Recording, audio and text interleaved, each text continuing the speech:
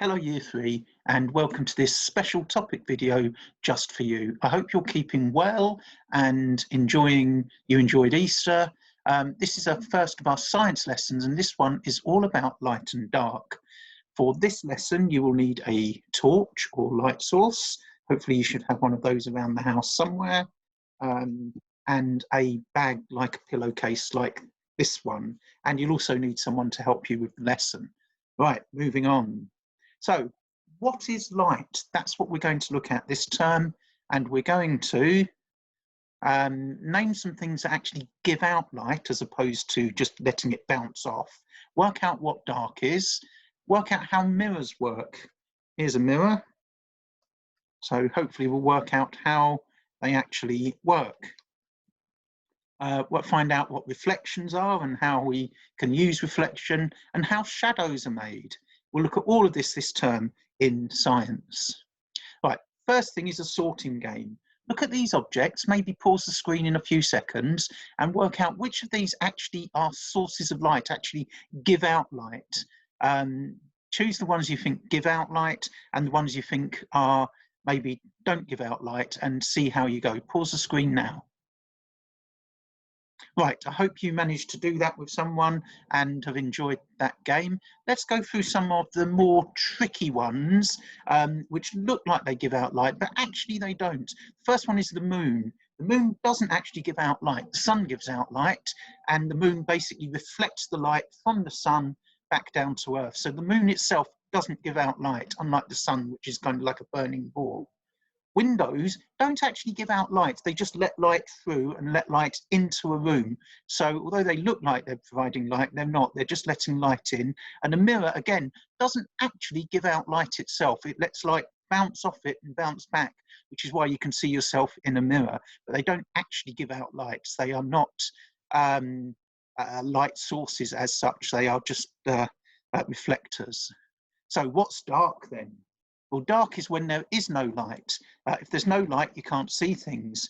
Can you think about times when it's dark, or places where it's dark that you've been, and what's that's like? Think about that, because that's actually, darkness is just lack of light or no light. So first game is called What's in the Bag. Ask someone to put an object in a bag or pillowcase for you. Now it's dark inside, so you can't actually see what's in the bag. There's something in this bag of mine, and you won't be able to see what it is. What you need to do is feel the object and see if you can guess what it might be. So when you've felt it and you've guessed what it might be, you can then open up the bag and see what it is. You won't have guessed this one of mine because it is a Roman soldier, and I've lost his helmet. Here we go, a Roman soldier that my sister knitted for me.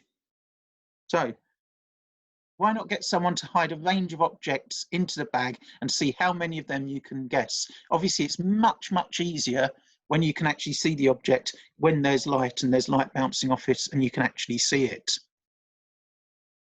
Right, now we know that light travels in straight lines.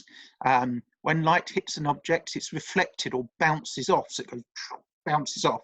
And when it hits our eyes, that's when we can actually see the object. So what we're actually seeing is light bouncing off something and into our eyes, and that's how we see it. So when light from a torch hits an object, for example this screen, it's bouncing off and you can see it. Now it bounces off in straight lines, and some objects are much better at reflecting light than others, and that's what we're going to look at now. What I want you to do is use a torch to test reflective materials, see which ones reflect the light best, which allow more light to bounce off them. Pull the curtains or make the room as dark as possible, because that will really help you see the light bounce off. Use your torch. You could test a CD, maybe some paper, maybe some tin foil, bubble wrap, fabrics, cardboard, metal, glass, whatever it is you want to test, and see which ones actually reflect the light the best. And think about why that is. What properties do they have? What makes them different from the materials that don't reflect the light? And then you've got a task to do, but you'll enjoy this. Your task is to design a bag to carry things to and from school when it's dark. So over the winter months, not this terms. What you need to do is choose the best material you can make your bag out of, or have added to your bag that would help it reflect light and therefore make it safer in the dark. Think about the materials you've used, what was good about them, what was not so good about the ones you've tested. You could actually draw an outline bag like the one on the screen. And remember to share your work on Tapestry or even the school Facebook page. Your designers see your pictures and your designs, and you can even email them to us on the new Year 3 teachers email, which should have been sent to your parents, so we can all see your work as well.